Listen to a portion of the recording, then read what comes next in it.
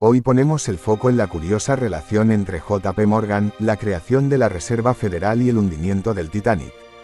Y es que existe la teoría, entre las muchas historias que rodean al misterioso buque, de que J.P. Morgan pudo haber planeado el hundimiento del Titanic para allanar el camino a la creación del Banco de la Reserva Federal en los Estados Unidos. John Pierpont Morgan, conocido como J.P. Morgan, empresario, banquero y coleccionista de arte estadounidense, que financió la construcción del famoso barco.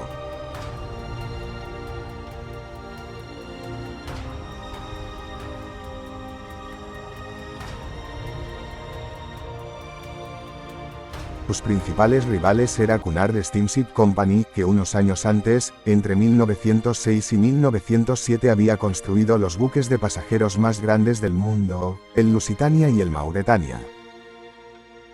Era una guerra por lograr al mayor y más lujoso barco del mundo, el mayor titán de los mares. Llegó entonces el Titanic, un buque que había generado muchísima expectación, pero que no pasó de su primer viaje, ni siquiera de su primer día en el agua. El hundimiento ocurrió en la noche del 14 al 15 de abril de 1912.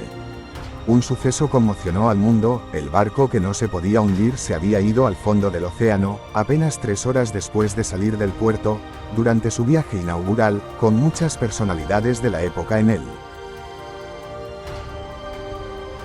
J.P. Morgan debía ir en el buque, pero jamás se subió. ¿Por qué no lo hizo? El escritor experto en el Titanic, George B., ha señalado que no ha logrado encontrar ningún motivo o razón concreta por la que J.P. Morgan canceló su pasaje, aunque aclara que no lo hizo solo, horas antes de la partida del barco, como han señalado algunas voces. Ahora bien, ¿cuál es la relación con la Reserva Federal? El millonario John Jacob Astor, el magnate minero Benjamin Guggenheim y el copropietario de Macy's Isidore Straus se oponían a la creación del Banco Central. 3 millonarios, 3 grandes personalidades del panorama económico de la época. No te pierdas las historias más fascinantes y sorprendentes en Mundo Curiosos TV. Suscríbete ahora y activa la campanita para descubrir todo lo que no sabías sobre el mundo que te rodea. J.P. Morgan puso el germen de la Reserva Federal unos años antes, en 1907, cuando convocó a los 120 mayores financieros de Nueva York para empezar a perfilar el proyecto. De igual modo, es verdad que el organismo nació mucho más tarde que en otros países. Los bancos de Inglaterra o de Suecia habían visto la luz más de 200 años antes. Realidad o mito, lo que sí es cierto es que no se sabe por qué J.P. Morgan, la mente y la fortuna detrás de la creación del Titanic, no iba en el barco.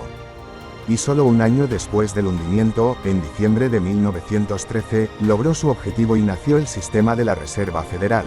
Llevaba a bordo a algunos de los hombres más ricos e influyentes del mundo, entre ellos, John Jacob Astor, Benjamin Guggenheim y Isidore Straus. Uno de los problemas fundamentales con esta teoría es la falta de consistencia cronológica. El Titanic se hundió en abril de 1912, mientras que la ley de la Reserva Federal no se promulgó hasta diciembre de 1913. Aunque es cierto que el debate sobre la creación de un banco central se estaba gestando, no había una certeza absoluta en 1912 de que tal entidad se establecería, lo que hace improbable que Morgan orquestara una tragedia de tal magnitud con un resultado tan incierto. El hundimiento del Titanic fue una tragedia causada por una combinación de factores: la colisión con un iceberg, fallos en la construcción del barco, y una gestión inadecuada de la emergencia. Tampoco hay pruebas que demuestren su complot contra Straus, Astor y Guggenheim para conseguir crear la Reserva Federal.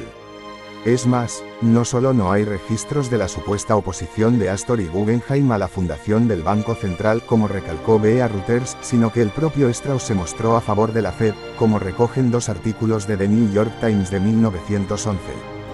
¿Y tú qué crees? Déjalo en los comentarios y suscríbete para más videos de Mundo Curiosos TV.